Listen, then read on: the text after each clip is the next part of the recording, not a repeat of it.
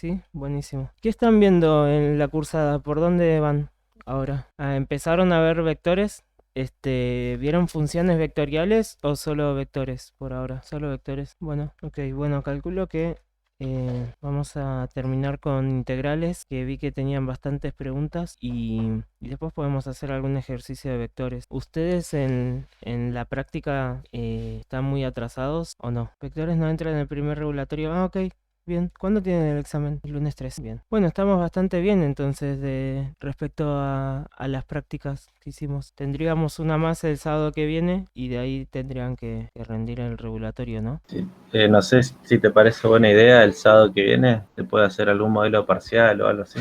Sí, sería la idea así porque ya aparte ya Bueno, vimos todos los temas, así que nos dedicaríamos las 2 horas a hacer 2 o 3 parciales si nos da el tiempo y si ya también sacamos todas las dudas. Sí. bueno, Bueno, a ver, lo que voy a hacer es ir copiando los ejercicios que fueron pasando al grupo de WhatsApp, sería el 13. Así se hallar intervalos de crecimiento, de decrecimiento, máximos y mínimos locales, si los hay, y nos da una función evaluada en X de una integral de t. Bueno, saben que cuando tenemos que estudiar crecimiento y decrecimiento, lo que hacemos es estudiar positividad y negatividad de la derivada de la función, ¿no? Así que tendríamos que derivar esta función y a su derivada estudiar cuándo es positiva y cuándo es negativa. ¿Alguien me puede decir cómo se deriva este tipo de funciones? Reemplazando donde está la T, la X. Claro, porque, o sea, la derivada de una integral es la función original. Entonces, a ver que no me anda la... Ahora sí. Bien, entonces, ahí está. La derivada de h, por lo general, h mayúscula se le llama a la primitiva, así que h minúscula sería la función original. También lo pueden escribir como h mayúscula prima, es lo mismo. Entonces, su derivada sería e a la x cuadrado menos 1 por x cuadrado menos 9. Y bueno, lo que tendríamos que hacer es verificar cuándo es positiva y cuándo es negativa. Bueno, lo que yo les decía es que cuando tenemos la exponencial tiene una forma particular y es que nunca vale 0 y siempre es positiva esa función. Entonces nos aprovechamos de eso para estudiar justamente positividad y negatividad. Pero lo que vamos a tener que hacer es distribuir todo. A ver, si yo distribuyo, me tendría que quedar. Vamos a ver si podemos hacer eso. Si no, tendremos que buscarlo de acá. E a la x cuadrado por x cuadrado menos e a la x cuadrado 9. Y luego voy a tener menos x cuadrado más 9. Claro, no. Como acá no nos quedaría la exponencial en todos los términos como para sacarla afuera y olvidarnos de la exponencial y trabajar solamente con la polinómica, lo que vamos a tener que hacer entonces es igualar la función a 0 y decir que el producto de dos funciones igualados a 0 es igualar a 0 cada uno de los factores. O sea, si yo tengo a por b igual 0, entonces a es igual a 0 o b es igual a 0, una de esas dos opciones. En este caso, a sería e a la x cuadrado menos 1 y b sería x cuadrado menos 9. Bueno, entonces lo que vamos a hacer será igualar h de x 0 y voy a tener e a la x cuadrado menos 1 por x cuadrado menos 9 es igual a 0. Entonces tenemos dos opciones. E a la x cuadrado menos 1 es igual a 0 o bien x cuadrado menos 9 es igual a 0. ¿Vamos bien hasta acá? De acá tenemos que despejar los dos factores del producto. El de la cuadrática tiene que ser fácil, el menos 9 pasa sumando, x cuadrado es igual a 9, entonces x es igual a 3 o menos 3, ¿no? Y el de la exponencial, voy a tener e a la x cuadrado es igual a 1, la exponencial se cancela con un logaritmo. Así que me va a quedar que x cuadrado es igual al logaritmo natural de 1. O sea que x cuadrado es igual a 0, x es igual a 0. Esto también lo pueden pensar un poco más fácil diciendo ¿a cuánto tengo que elevar e para que me dé 1? E a la 0 vale 1. También lo pueden resolver de esa manera. O directamente aplicar el logaritmo natural y el logaritmo natural de 1 es 0. Encontré entonces tres raíces para esta función. El conjunto de ceros va a ser menos 3, 0 y 3. De acá tendríamos que aplicar el método de Bolzano de graficar las tres raíces en la recta numérica y luego armar intervalos y dentro de cada intervalo probar positividad y negatividad con un valor puntual. Pero para poder aplicar Bolzano primero tenemos que dar el dominio de la función, ¿sí? Si la función tiene algún tipo de restricción, esas restricciones también las tenemos que anotar en Bolzano. Pero bueno, para sacar el dominio de una función van a tener tres formas que generan indeterminaciones en el dominio, ¿no? Una es el cociente. Cuando tenemos un cociente, el denominador tiene que ser distinto de 0. Otra es la raíz. Cuando tenemos una raíz, el argumento de la raíz tiene que ser mayor o igual a 0. Y la última es el logaritmo natural. También el argumento del logaritmo natural tiene que ser mayor estricto a 0. Pero no tenemos ninguna de las tres. Así que acá el dominio son todos los reales, por lo tanto Bolzano va a entrar en toda la recta numérica. La función es continua en R y tiene tres raíces, una en -3, una en 0 y la otra en 3. Por lo tanto voy a armar tres intervalos, de menos infinito a -3, de -3 a 0, de 0 a 3, de 3 a más infinito. ¿Todos me están siguiendo acá? Ah, yo no estoy leyendo el chat, lo voy a poner acá así lo veo más seguido. Bren preguntaba si... Néstor está grabando la clase, yo también la estoy grabando, así que la voy a subir al canal de YouTube. Porque ayer me preguntaba un alumno si la podía grabar, así que me acordé y la puse a grabar. Gracias, profe. Buenísimo. ¿Esta la estás grabando entonces? Sí, yo la estoy grabando y la voy a subir al canal, así que no te preocupes. Dale, me lo cancelo. Bueno, entonces tomamos cada uno de los 4 intervalos y probamos con un valor que pertenezca al intervalo cuánto vale la función derivada en ese punto, ¿no? Si la derivada es positiva, la función original crece. Si la derivada es negativa, la función original decrece. Entonces, en el primer intervalo, de menos infinito a -3, puedo tomar el -4, entonces haría a la -4 al cuadrado menos 1 por -4 al cuadrado menos 9. Bueno, tomo la calculadora y hago la cuenta. Esto me da 62 millones y algo, o sea, me da positivo. Lo que tienen las exponenciales es que crecen rapidísimo, entonces es normal que les queden algún número grande. Voy a tener que el intervalo es positivo, por lo tanto la función original crece en este punto, en este intervalo. Esto ya sería estudiando h mayúscula, ¿no? Para el segundo intervalo, de -3 a 0, voy a hacer h a la menos 2. Voy a tener e a la menos 2 al cuadrado, menos 1, y esto por menos 2 al cuadrado, menos 9. Bueno, nuevamente lo reemplazo en la calculadora y me da menos 268, más o menos. Me da negativo. Así que la función en este intervalo decrece.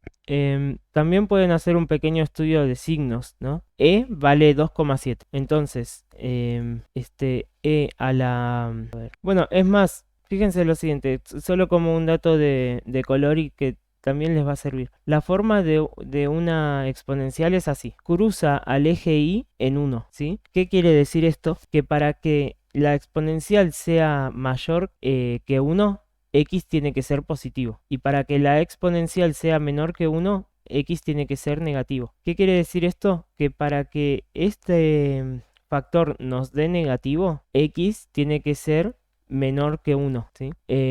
Entonces, en estos valores que estuvimos tomando, nos quedaría positivo, porque x tiene que ser menor que 0, quise decir, para que sea mayor o menor a 1. Bien, como la x está elevada al cuadrado, siempre va a dar positiva. El único valor va a ser cuando valga 0, ¿no? Que esto va a valer 1 y 1 menos 1 es 0. Y ahí tenemos raíz, pero luego nunca va a cruzar a la parte negativa porque x está elevado al cuadrado, por lo tanto siempre va a ser mayor que 0. Bueno, eso es lo que quería mostrarles. Entonces, podrían directamente, si hacen todo ese análisis, decir que esto es siempre positivo y trabajar únicamente con esta zona, ¿no? Bueno, entonces, luego de 0 a 3 tendríamos h, por ejemplo, de 2. Esto sería a la 2 al cuadrado menos 1 por 2 al cuadrado menos 9. De nuevo, lo reemplazamos en la calculadora, o si no, pensamos un poquito y decimos menos 2 al cuadrado, que aparece en los dos factores, es lo mismo que 2 al cuadrado positivo. Así que esto me tiene que dar el mismo valor. Y va a pasar lo mismo en el otro intervalo. En el último intervalo, de 3 a más infinito, podría tomar h de 4. Voy a tener e a la 4 al cuadrado menos 1 por 4 al cuadrado menos 9. Y lo que me va a pasar es lo mismo que me pasó cuando hice menos 4, ¿no? Porque menos 4 al cuadrado es 16 y 4 al cuadrado también es 16. Así que me tiene que dar el mismo resultado. O sea, pueden hacerlo reemplazando cada valor en la calculadora y viendo cuál es el valor numérico que nos arroja, o haciendo un estudio de positividad pensando un poquitito más, pero les va a dar el mismo resultado, ¿sí? En una van a tener que hacer más cuentas, tienen que tener cuidado cuando reemplazan los valores en la calculadora. Bueno, entonces lo que nos quedó es una función creciente que luego empieza a decrecer, evidentemente en el 0 hay un punto de inflexión, pero sigue decreciendo. Y luego empieza a crecer nuevamente. Si yo tendría que hacer un gráfico medio absurdo, esto sería así, ¿sí? Y así. Algo más o menos así, donde la función en una parte parece que va a cambiar de decrecimiento a crecimiento, pero sigue decreciendo y luego empieza a crecer, ¿no? Y tendríamos máximos locales en menos 3 y mínimo local en 3. Bueno, ¿se entendió esto? ¿Alguien tiene alguna pregunta sobre lo que hice? ¿O alguien se perdió en el proceso? Y ahí no debo hacer nada para saber si es absoluto. Para saber si es absoluto, lo que tendrías que hacer es ver cómo, o sea, la forma que tiene la función. Ya cuando estás viendo que la función comienza creciendo y termina creciendo, significa que la función va a tener una forma más o menos así. Por lo tanto, estos dos mínimos y este mínimo y este máximo son locales, ¿sí? Si vos tuvieras una función así, sabrías que es un mínimo absoluto, y si fuera así, tendrías un máximo local y uno de estos dos sería absoluto. Ahí podrías verificar cuál es el que es menor, ¿no? Pero en este caso, por la forma que tiene la función, vas a ver que son locales. Lo que podrías hacer, si tenés ganas, es el límite en infinito para verificar si tenés una asíntota horizontal, pero me parece redundante. O sea, me parece que es hacer algunos pasos de más. Ya con que vos veas la forma y que comienza decreciendo y termina decreciendo, o al revés, como en este caso, comienza creciendo y termina creciendo, más o menos te das una idea de que va a abarcar a todos los reales en la imagen. Bien, voy a copiar el siguiente ejercicio. ¿No querés hacer un matecito? No, currículum mate. Voy a copiar el ejercicio, así lo hacemos. Bien. Dice, hallar el área de la región encerrada entre dos funciones, ¿no? Una es una función cúbica y la otra es una lineal, en un intervalo de 0 a 1. Bueno, área entre funciones funciona de esta manera. Si yo tengo dos funciones, quiero calcular el área encerrada entre las dos, lo que yo tengo que hacer es sumar la integral de una con la integral de la otra para calcular justamente las áreas de cada una de las dos funciones y sumarlas para ver cuánto dan combinadas, ¿no? Pero para hacer eso hay que tener mucho cuidado con los signos. Van a ver, una de las dos funciones que estemos calculando va a estar por encima de la otra. Entonces lo que se usa es una fórmula pequeñita que dice que el área entre dos funciones es igual a una función techo, escribir techo, menos una función piso integrada en x. Bueno, la función techo evidentemente va a ser aquella función que esté por encima. Ya la voy a llamar techo. Y a la función piso, la que esté por debajo. La integral va a estar definida entre los cruces de las dos funciones, a menos que el ejercicio nos dé un intervalo, ¿sí? Sí, puede ser, como en este caso, que el ejercicio nos da un intervalo diferente y tendremos que acotar las áreas. Bueno, así que acá lo que tendríamos que hacer es verificar en el intervalo cuál función es techo y cuál función es piso, pero además verificar si en el intervalo se cruzan las funciones alguna vez. Por ejemplo, si yo tuviera dos funciones así y yo tengo que estudiar este intervalo, lo que va a pasar es que va a haber un cruce en el intervalo, así que yo voy a tener que calcular dos áreas, ¿no? De eso tenemos que cuidarnos cuando nos dan un intervalo. Bueno, entonces, primero vemos dónde se realizan los cortes entre las dos funciones. Para eso intersectamos dos funciones. Dos funciones se intersectan igualándose entre sí. Hago f de x igual a g de x, entonces x cubo más 8x igual a x, entonces x cubo menos 9x igual a 0. Y bueno, para resolver la raíz de una cúbica, saco factor común a x para que me quede cuadrático. X por x cuadrado menos 9 igual 0. Como vimos recién, en un producto igualado a 0, tenemos que igualar a 0 los factores. Así que voy a decir x es igual a 0 o bien x cuadrado menos 9 es igual a 0. Entonces x cuadrado es igual a 9, ¿no? Y de acá de nuevo saco dos valores, 3 y menos 3. Bueno, entonces tenemos que las funciones se cortan 3 veces. En el 0, en el 3 y en el menos 3. Pero nosotros estamos estudiando el intervalo entre 0 y 1. Entonces tendríamos en la recta numérica que las funciones se cortan en menos 3, en 0 y en 3, pero nosotros solamente estamos estudiando este intervalo de 0 a 1. Lo único que nos quedaría entonces es ver cuál función es techo y cuál función es piso en este intervalo. Si nos hubiera quedado algún cruce, dividimos el intervalo en dos y estudiamos cuál es techo y cuál es piso en esos dos intervalos, ¿sí? Pero bueno, no es el caso. Para definir cuál es techo y cuál es piso, aplicamos también el método de Bolzano. Decimos que podemos tomar un punto testigo, por ejemplo, un medio, y probar las funciones evaluadas en un medio. En realidad el punto testigo no viene dado por el intervalo que nos dio el ejercicio, sino por el intervalo que se formaron en los cruces. Entonces también podría tomar el 1, el 2, de acuerdo a cómo sea más cómodo. Pero bueno, si lo tomamos directamente del intervalo que nos dio el ejercicio, también está bien. Entonces sería un medio, y yo voy a decir cuánto vale un f de un medio, cuánto vale g de un medio, y aquel que tiene valor mayor va a ser techo. Y la otra será piso. Voy a tener entonces un medio elevado al cubo menos 8x, menos 8 por... Y luego g era x, o sea, directamente un medio. Bien, bueno, me da menos 3,875. Bueno, es evidente que entonces la lineal va a ser el techo, porque me dio mayor. Entonces voy a decir, g de x sería la función techo, f de x sería la función piso, y ya puedo armar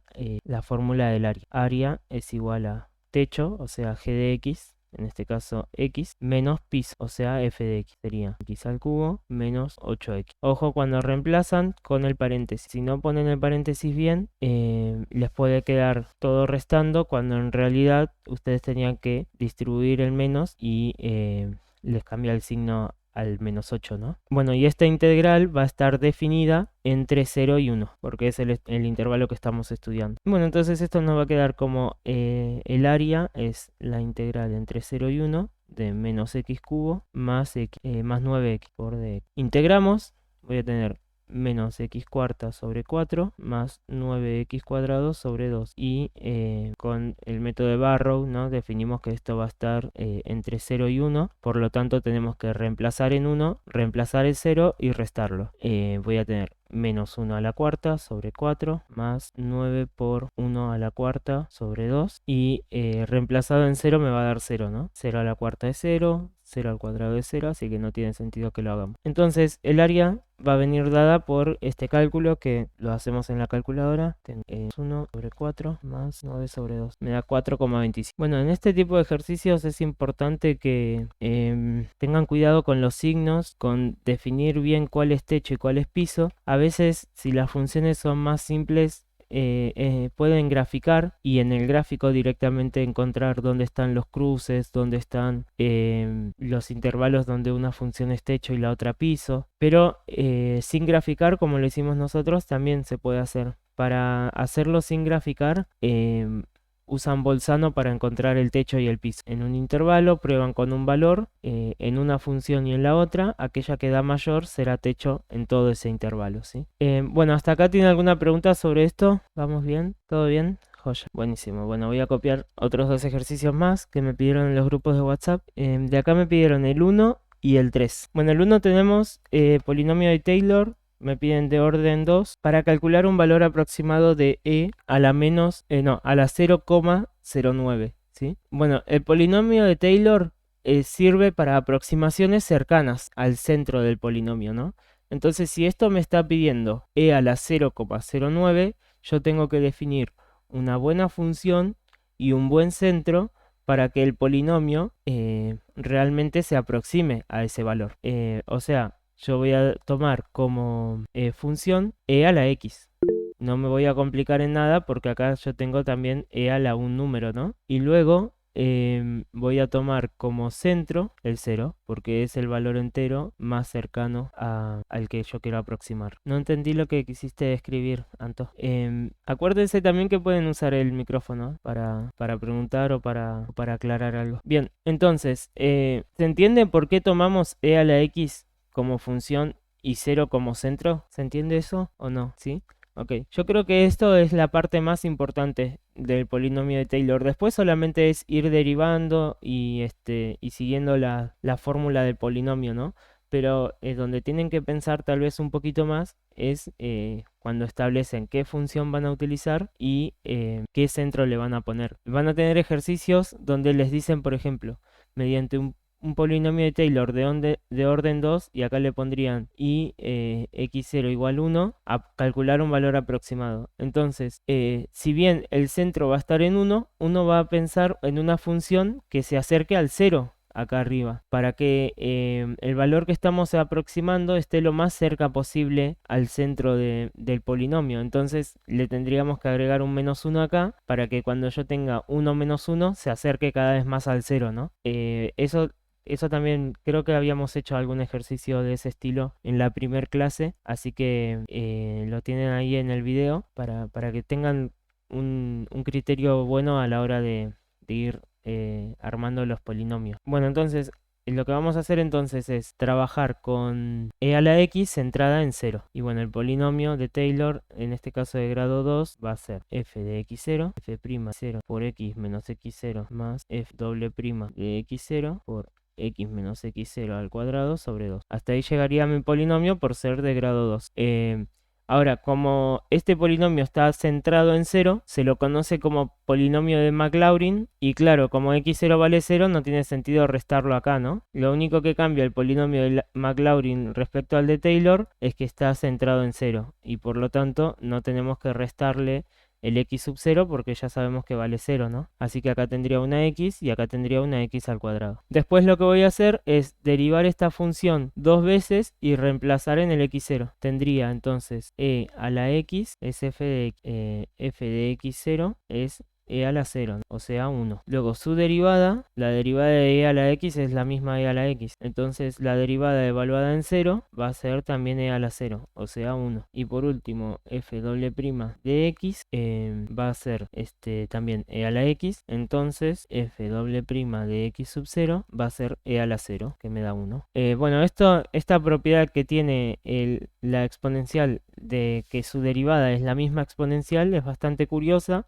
Y bueno, produce este tipo de resultados, ¿no? En polinomios de Taylor, donde cada derivada es igual a la anterior. Y bueno, también es algo que pasa con las funciones trigonométricas. Cuando derivamos el seno, nos da coseno, el coseno nos da seno.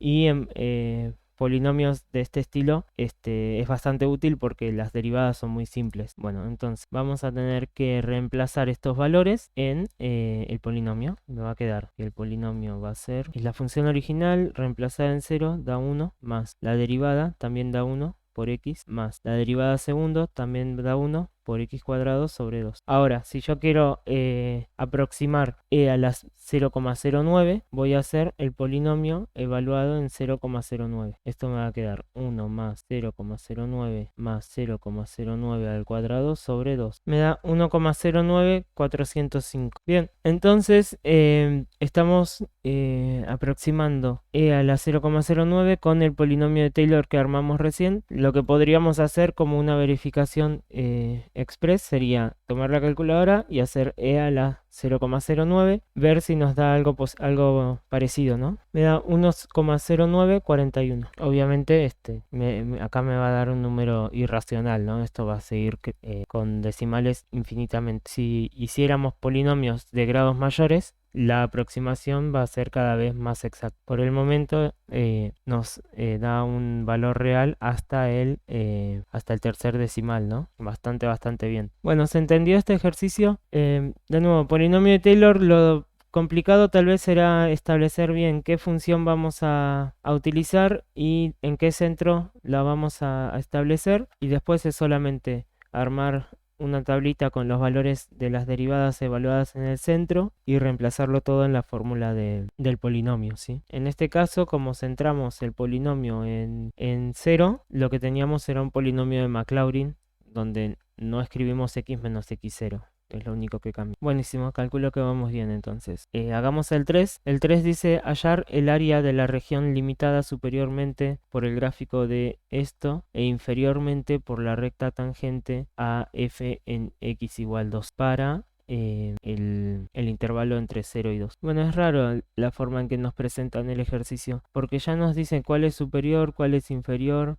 Nos dan el intervalo y lo que nos van a pedir es que encontremos la recta tangente, ¿no?, a la función. Yo tengo x cuadrado más 1 es esta función. Y luego tengo la recta tangente en el punto 2. O sea que si acá está el 2, sería una recta más o menos. Por eso me dice que o sea que el área entre las funciones está delimitada superiormente por la cuadrática e inferiormente por la lineal, ¿no? Es la forma que tiene el gráfico. Lo que a mí me pide es que yo lo calculé desde el 0 hasta el 2. Sería este área de acá. Bueno, hice un pequeño gráfico, así entendemos lo que estamos haciendo, ¿no? En un principio lo que tenemos que hacer es calcular la recta tangente a f en 2 para que tengamos la otra función, ¿no? Tenemos la primera que es f de x, vamos a encontrar g de x, que es esta recta tangente. Entonces, ¿cómo encontrar una recta tangente? Primero que nada, la pendiente de la recta es la derivada evaluada en el punto donde estamos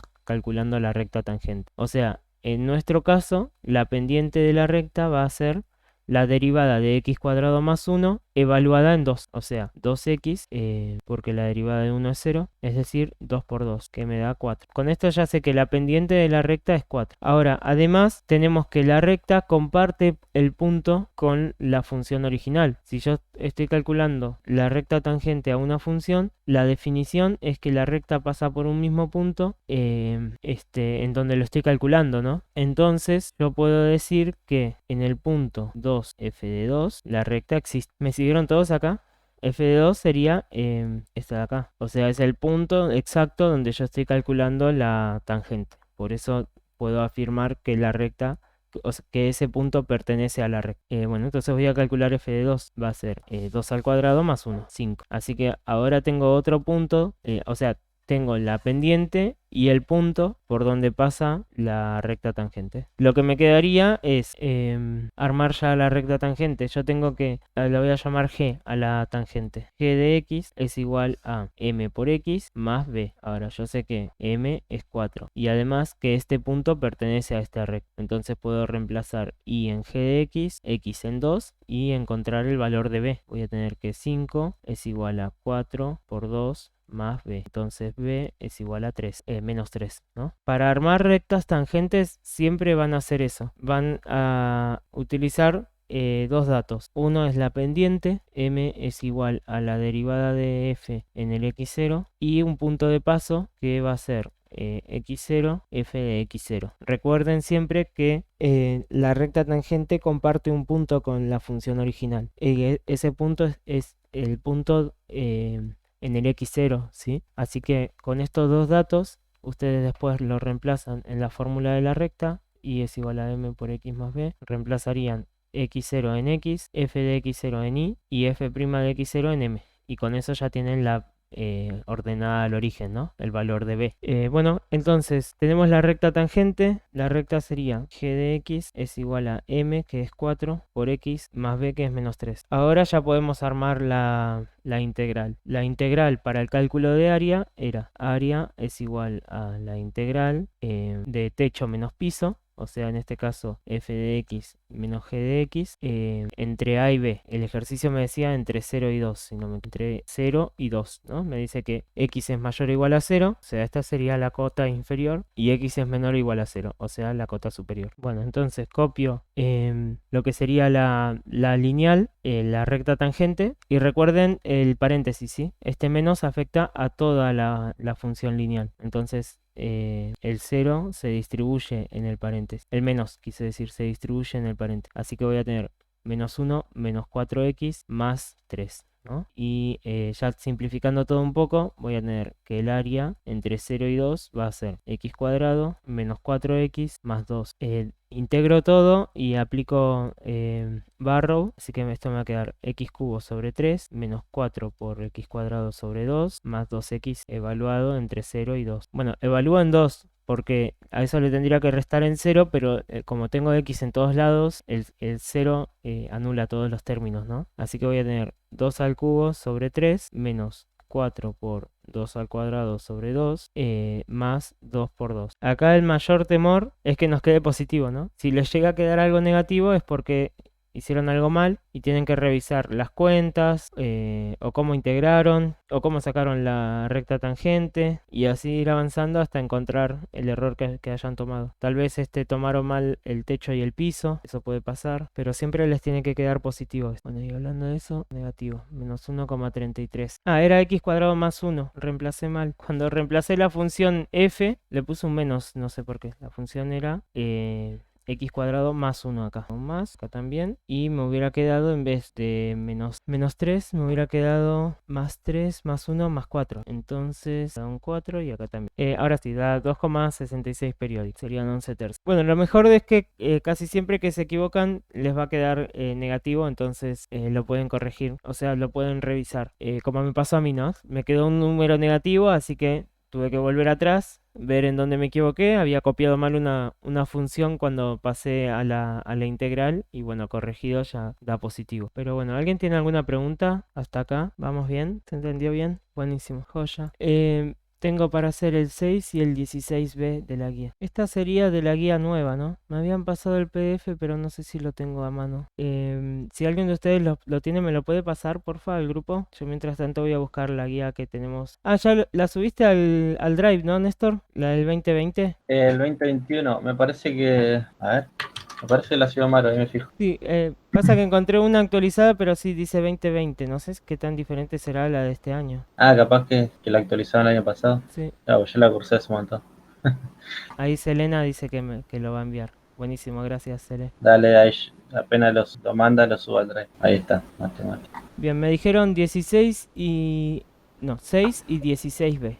El ejercicio 6 está bueno, es de integrales, pero tenemos que usar las propiedades de la integración. Ahí lo estoy copiando. Ahí está. Bueno, dice calcular la integral definida entre menos 1 y 3 de 2f de x menos g de x si se sabe que f de x es igual a g de x si x pertenece a menos 10 al intervalo, ¿no? Que va de menos 10 a 5 y además se sabe que la integral de menos 1 de menos 2 a menos 1 de f de x es 5 y de menos 2 a 3 es 16. 2 a 3 de 4f de x es 16. Bueno, en primer lugar me dice que f de x es igual a g de x si x pertenece a este intervalo que va de menos 10 a 5, ¿no? Evidentemente yo estoy calculando la función entre menos 1 y 3, así que x va a pertenecer acá. Así que yo tengo la integral de menos 1 a 3 de 2f de x menos g de x evaluado en x y esto va a ser de menos 1 a 3 de 2f de x menos f de x, ¿no? Porque la definición de g es que es igual a f de x en este intervalo que voy a tener la integral de menos 1 a 3, 2 menos 1 es 1 f de x. ¿Estamos de acuerdo? De acá lo que tendríamos que hacer es trabajar un poco con las otras integrales que nos da el ejercicio para definir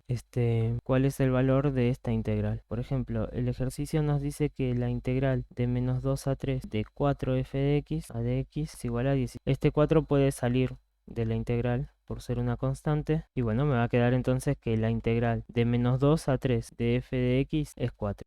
Bueno, de acá esto se vuelve un poco diferente. A ver, tenemos que nos da también la integral de menos 2 a menos 1. Piénsenlo de esta manera. Lo que nosotros tenemos es una función que, bueno, desconocemos, ¿no? Nos dan dos valores. Una es el área de menos 2 a 3. Acá está menos 2 y acá está el 3. Y otra es el área de menos 2 a menos 1. Entonces, si conocemos estas estas dos áreas y nosotros queremos conocer de menos 1 a 3, tendríamos que restarlas entre sí, ¿no? Bueno, entonces tendríamos que hacer esta integral menos esto. Voy a decir que la integral que va de menos 2 a 3 de f de x menos la integral que va de menos 2 a menos 1 de f de x va a ser igual a la integral que va desde menos 1 hasta 3 de f de x. ¿Se entendió?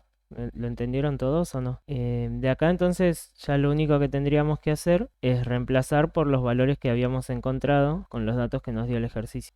Voy a tener que la primera integral de menos 2 a 3 la calculamos porque sacamos el 4 y lo pasamos a dividir, es 4. Y la otra integral nos las da el ejercicio, ¿no? 5. 4 menos 5 es menos 1. Así que la integral que nos pide de menos 1 a 3 de f de x, que bueno, esto era de menos 1 a 3 de 2f de x menos g de x, ¿no? Pero como g y f eran lo mismo en ese intervalo, nos quedaba f. Esto vale menos 1. Ese es el punto 6. A ver, Carmen dice, no entendí por qué se toma la integral de 3 a menos 2. Porque nos las da el ejercicio, Carmen. Fíjate, el ejercicio lo que nos daba era, nos daba como dato que f y g eran iguales. Y además nos daba dos integrales. Una que iba de menos 2 a 1 y valía 5. Y la otra iba de menos 2 a 3 y valía 16, pero con un 4 multiplicando acá. Lo único que hicimos fue despejar el 4, que pasaba dividiendo, nos quedó 4, y teníamos entonces dos integrales, de menos 2 a menos 1 y de menos 2 a 3. Eso es lo que yo les dibujé acá. Nos da como dato la integral de menos 2 a 3 y de menos 2 a menos 1. Si nosotros le quitamos esta, restando, nos queda la integral que necesitamos para el ejercicio, ¿no? De menos 1 a 3, ¿lo ves acá? Eso fue lo que hicimos. Despejamos primero el valor de esta integral, nos dio 4. Y luego restando esta a la anterior, nos va a dar el intervalo restante, ¿no? Si yo tengo la integral de a a c de f de x a dx y le resto la integral de a a b, voy a tener la integral de b a c. Esa es una propiedad, ¿no? Considerando a c que pertenece al intervalo entre a y b. O sea, al revés, a b que pertenece al intervalo entre a y c. Siendo b entonces un valor medio entre a y c. Buenísimo. Tendríamos que hacer el 16b. Cálculo de área. Bien. El 16 dice calcular el área de la región encerrada por varias funciones, ¿no? Por ejemplo, el b, que es el que me pidieron, tiene 4. Tiene e a la x, e a la menos x y las rectas x igual a menos 1 y x igual a 1. Bueno, fíjense, acá dice rectas, pero estas son rectas verticales, ¿no? Si me dice x igual a menos 1 y x igual a 1, estoy diciendo que en la recta numérica tengo que marcar el menos 1 con una recta vertical y el 1 con otra recta vertical. O sea que acá lo que me está dando es un intervalo que está encerrado entre estas dos rectas verticales, es decir, de menos 1 a 1. Bueno, entonces podríamos hacer un gráfico porque las funciones son simples. Tengo e a la x que tiene esta forma y e a la menos x que va a tener esta forma. Esta es e a la x y esta es e a la menos. Y luego tengo las rectas verticales, menos 1 y 1. Así que el área encerrada es el área encerrada entre estas cuatro funciones o estas cuatro curvas. Y a esta de acá y esta de acá. ¿Estamos todos de acuerdo acá? ¿Me siguieron? ¿Se entendió cómo determiné el área? ¿Sí? La otra opción era buscar los cruces entre estas dos funciones y luego hacer Bolzano, ¿no? Tendría que armar dos intervalos de menos 1 a 0, de 0 a 1, reemplazar un valor del intervalo en las dos funciones y ver dónde es techo y dónde es piso. Me quedaría que en el primer intervalo e a la menos x es techo y en el segundo e a la x es techo, ¿sí? O sea, todos se dan cuenta que acá yo tengo dos áreas, ¿no? Por lo tanto, para calcular el área, yo lo voy a tener que dividir en dos tramos 0. Tendría la integral que va de menos 1 a 0, de la función techo menos la función piso, o sea, e a la menos x menos e a la x de x, y a esto le tengo que sumar la integral que va de 0 a 1 de la nueva función techo y la nueva, o sea, e a la x menos e a la menos. Voy a tener entonces que el área va a ser integrar y aplicar Barrow, ¿no? Bueno, voy a hacer aparte rapidito la integral de a la menos x. Tengo que hacer una sustitución. U es igual a menos x, así que du es igual a menos dx. Dx es igual a menos du. Así que cuando reemplace, me va a quedar la integral de e a la u de menos de u, sea menos la integral de e a la u de u, sea menos e a la u, es decir, menos e a la x, a la menos x. ¿Me siguieron? Si alguien se perdió, me avisa. Voy a tener entonces que la integral de e a la menos x es menos e a la menos x. A esto le tengo que restar la integral de e a la x. E a la x. Todo esto va por Barrow evaluado entre menos 1 y 0. Y a esto le tengo que sumar la integral de la siguiente resta, ¿no? De e a la x, o sea, e a la x, y menos e a la menos x, o sea, menos e a la menos x. Esto evaluado entre 0 y 1. Bueno, menos por menos es más. Acá me va a quedar un más. Y voy a tener, ahora sí, voy a tener entonces que reemplazar en 0 y luego en menos 1, restarlo. Y en la segunda parte reemplazar en 1 y luego en 0 y restarlo. Así que voy a tener que el área es menos e a la 0 menos e a la 0. Todo esto menos e a la menos 1 menos e a menos 1 menos e a la menos 1. A esto le tengo que sumar e a la 1 más e a la menos 1 y le tengo que restar e a la 0 más e a la 0. Bueno, a ver, ¿cómo nos va a quedar esto? E a la 0 es 1, así que voy a tener menos 1 menos 1 menos 2. A eso le tengo que restar e a la 1, a ver, este menos va a ir distributivo acá, distribuido, y voy a tener más e a la 1 más e a la 1, ¿no? Que e a la 1 es el número e a la menos 1 acá, ¿no? Bien, y a esto le tengo que sumar e a la 1 más e a la menos 1 y le tengo que restar e a la 0 más e a la 0, o sea 2. Entonces estoy teniendo menos 2 más 2e más 2e a la menos 1. 71,57. 71,56. No, ahora sí, 4,17. Tiene más sentido. Bueno, si se animan, pueden reemplazar en la calculadora directamente acá arriba, ¿no? Y no tener que hacer todo el desarrollo que hice yo. Pero yo quería ver más o menos cómo me quedaba en el orden de magnitud, ¿no? Porque, o sea, si ustedes reemplazan, les da 4,17, pero es un número aproximado. Pero el verdadero resultado es este de acá, porque es un número irracional que no se puede expresar como número, ¿no? Como un decimales. Una duda. Sí, ¿Podrías repetir la derivada que hiciste para él? la integral, La integral, perdón. esta Sí, de acá, ¿no? sí, la integral. Cuando derivas, sí. Tengo que hacer la integral de e a la menos x. Entonces, lo que yo estoy tomando es menos x como este valor para sustituir. Entonces, a menos x lo llamo u. Derivo de los dos lados, ¿no? La derivada de u respecto de u es de u. La derivada de x respecto de x es de x. Bueno, me queda el menos acá, que es una constante, ¿no? Lo paso para el otro lado para que yo pueda sustituir.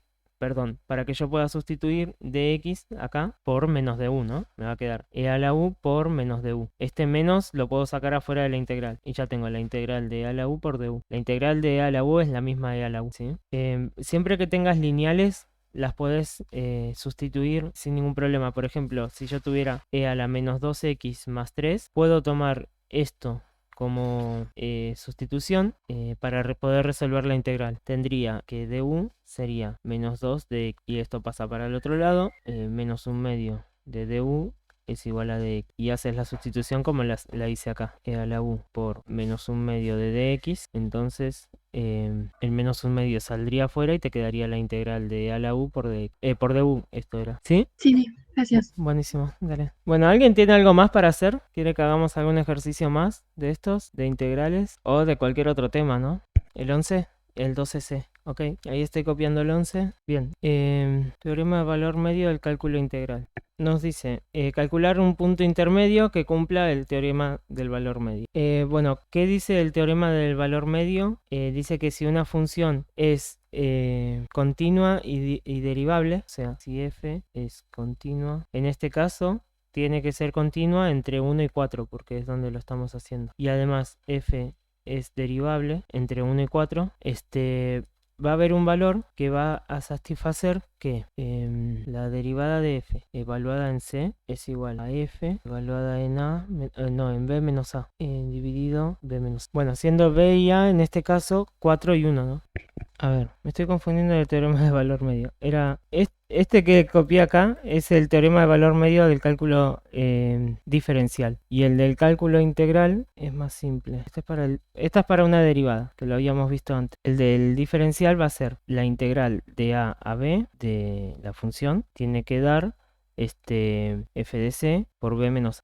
Esto es para una función que se está integrando en un cierto intervalo, o sea que como la integral es el cálculo del área, el área en este intervalo va a ser igual a un rectángulo que se puede encontrar con una altura c y base b menos a. Y la que copié recién era de la derivada, que lo que nos decía era que tenía que ver con la pendiente, ¿no? Hay un punto donde la pendiente es igual a la pendiente entre el punto A y el punto B. Bueno, entonces de acá lo único que tienen que hacer es identificar bien cuál es el teorema. Si les dice del cálculo integral y les dan una integral, bueno, aplican este. Y si les dicen del cálculo diferencial es el que copié recién, ¿sí? Y bueno, de acá lo único que tendríamos que hacer es tomar la integral, resolverla, copiar acá los valores de b y de a y luego despejar c.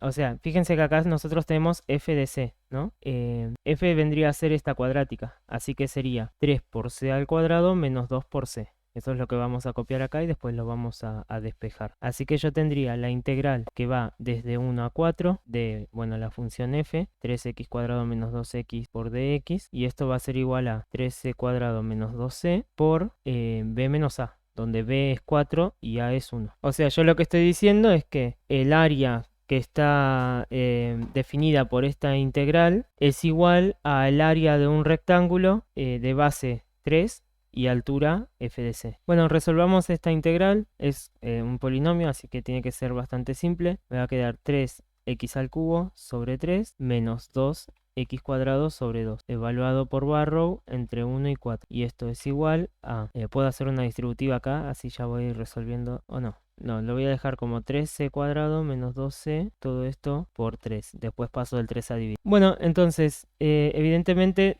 3 y 3 se cancelan, 2 y 2 se cancelan también. Voy a tener x cubo menos x cuadrado. Reemplazo en 4, reemplazo en 1 y lo resto. 4 al cubo menos 1 al cuadrado, todo esto menos 1 al cubo menos 1 al cuadrado. Esto me va a dar 0, ¿no? Voy a tener entonces que esto es 4 al cubo, 64, ¿no? Menos 1. ¿Por qué menos? No, tenía que evaluar en 4 acá. Menos 4 al cuadrado, ¿no? Menos 16. Me da 48. Bueno, paso el 3 a dividir. Esto es igual a 3c cuadrado menos 2 por c. 48 dividido 3 es igual a 16. Y bueno, resuelvo como una cuadrática. Igualo todo a 0 y aplico la resolvente. Acá tengo que a es igual a 4, b es igual a menos 2 y c es igual a menos 16. Que no es la misma c que esta de acá, no. Esta es la variable. Esta es la c que estoy utilizando como los coeficientes para aplicar la resolvente. Bueno, entonces esto me va a quedar que los valores de c van a ser aquellos que se forman con esta cuenta. Menos 2 más menos la raíz de menos 2 al cuadrado menos 4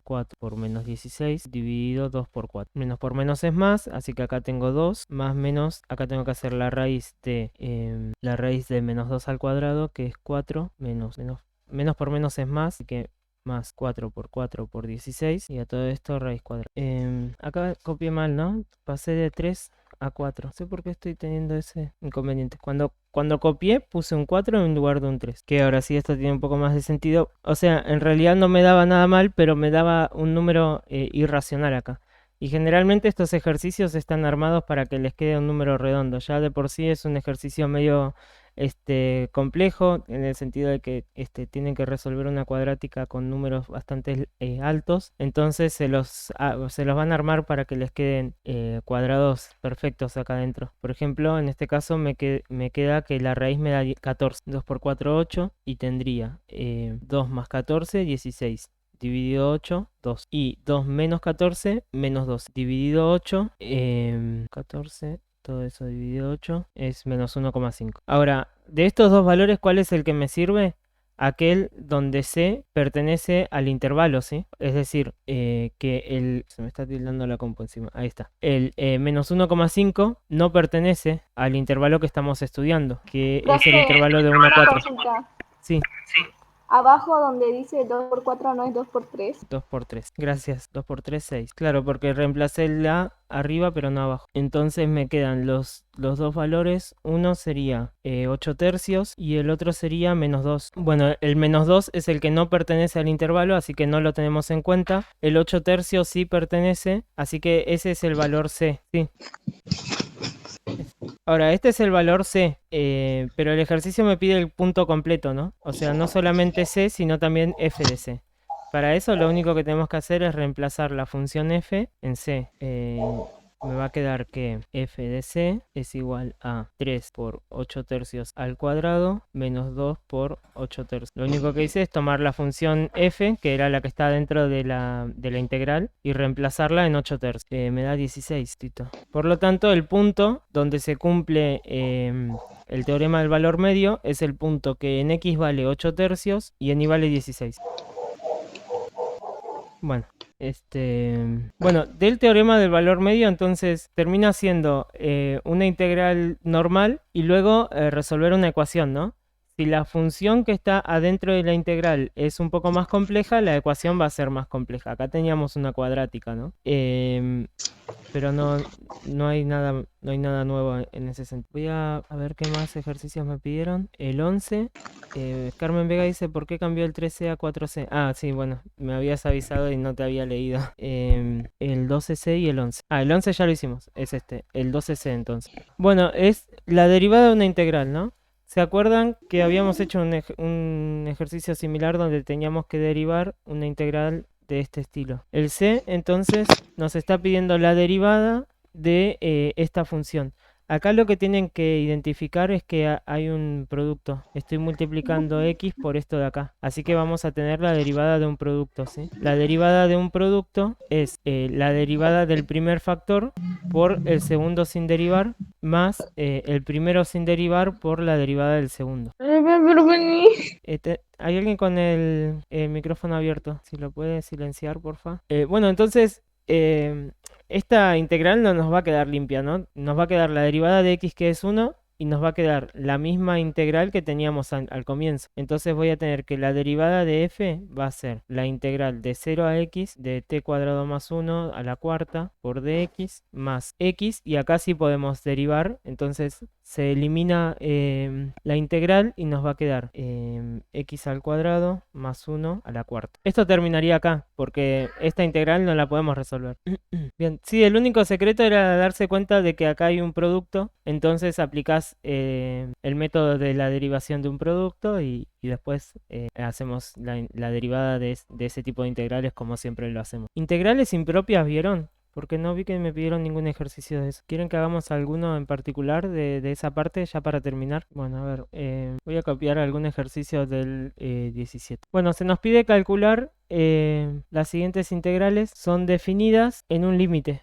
Por ejemplo, a ver, hagámosle el C. Tenemos la integral que va desde 1 a más infinito, de 1 dividido la raíz de e a la x. Bueno, entonces, lo primero que vamos a hacer es reescribir esto que está acá adentro para que podamos hacer la integral. Así que voy a tener la integral de 1 a más infinito de e a la x, y vamos a, por ejemplo, la raíz la podemos escribir como un medio multiplicando la x, ¿no? Así que voy a poner x dividido 2. Y luego, como e está en el denominador, lo podemos pasar al numerador como una potencia negativa, ¿sí? Me queda e a la menos x sobre 2 respecto de x. Entonces, para resolver esta integral definida, primero hago la integral indefinida afuera, así conozco cuál es la integral de e a la menos x sobre 2. Esto habíamos hecho algo similar antes. Yo les dije que cuando tienen una lineal, como en este caso, les va a quedar sustituir en la lineal. O sea, u es igual a menos un medio de x, de u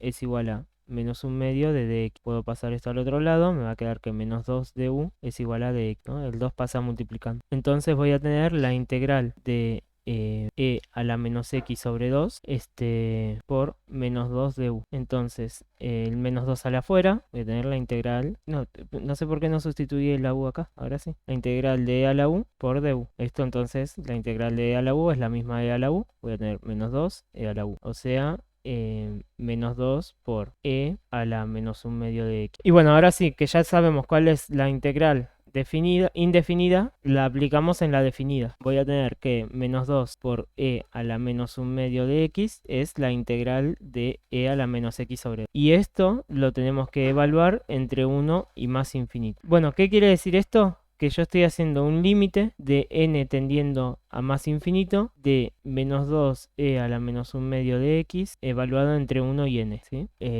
Esto sería expresado correctamente y esto un poco más intuitivo. Esto nos quedaría entonces como el límite de n tendiendo a más infinito de menos 2e a la menos 1 medio de n, o sea, reemplacé en más infinito, ¿no? Siempre lo hacen como un límite, porque bueno, el más infinito no es un número, no es algo que se pueda reemplazar directamente. Y a esto le tengo que restar reemplazado en 1, o sea, menos 2 a la menos 1 medio por 1. Profe, Sí, la integral está evaluada entre 0 y más infinito, no 1 y más infinito. copié mal de nuevo. Ok, es la edad, chicos. Ya van a estar en mi situación. Nada, va el 0 acá abajo, entonces acá en vez de un 1 va a haber un 0. Gracias. Bueno, entonces, cuando hagan el límite de una exponencial, donde el exponente tiende a más infinito o a menos infinito, es un juego de signos, ¿sí? Si el exponente está tendiendo a más infinito, la exponencial va a tender a infinito. Y si el exponente está tendiendo a menos infinito, la exponencial va a tender a 0, ¿sí? Entonces fíjense que n está tendiendo a más infinito, o sea, n es positivo. Positivo por negativo me da negativo, ¿sí? Entonces esto está tendiendo a 0. Cuando toman el límite les va a quedar 0 menos por menos más 2e a la menos 1 medio de 0, o sea, 0 más 2 por 1, 2, porque e a la 0 es 1. O sea, el área encerrada entre 0 y más infinito vale 2. Bueno, el resto de los ejercicios son similares. Lo que tienen que hacer es una derivada por fuera. Cuando tienen cuál es la derivada indefinida, ya pueden aplicar Barrow. Y recuerden el límite, ¿sí? No reemplacen el más infinito directamente en x, sino que hagan un límite de n tendiendo a más infinito y reemplazan x por n. Es una cuestión de notación, pero también para que se den cuenta de que lo que están haciendo es un límite. ¿Tienen alguna pregunta sobre esto? ¿Se entendió bien? Con esto tendríamos entonces toda la primera mitad de la materia, ¿no? De lo que corresponde al primer examen regulatorio. Así que la clase que viene del sábado vamos a estar repasando todo, principalmente haciendo modelos de examen, así podemos cubrir todos los ejercicios o sea, todos los temas y todas las variables que tiene cada tema y bueno, nos sacamos las dudas. Pero bueno, estuve viendo que participaron bastante del grupo de WhatsApp esta semana, así que eso es súper positivo, significa que estuvieron estudiando y bueno, cuenten conmigo durante la semana, cualquier cosa que necesiten, hablan al grupo o si no me mandan un privado y yo les doy una mano. Que tengan lindo fin de semana, nos vemos el sábado que viene. Gracias, Roberto. Gracias.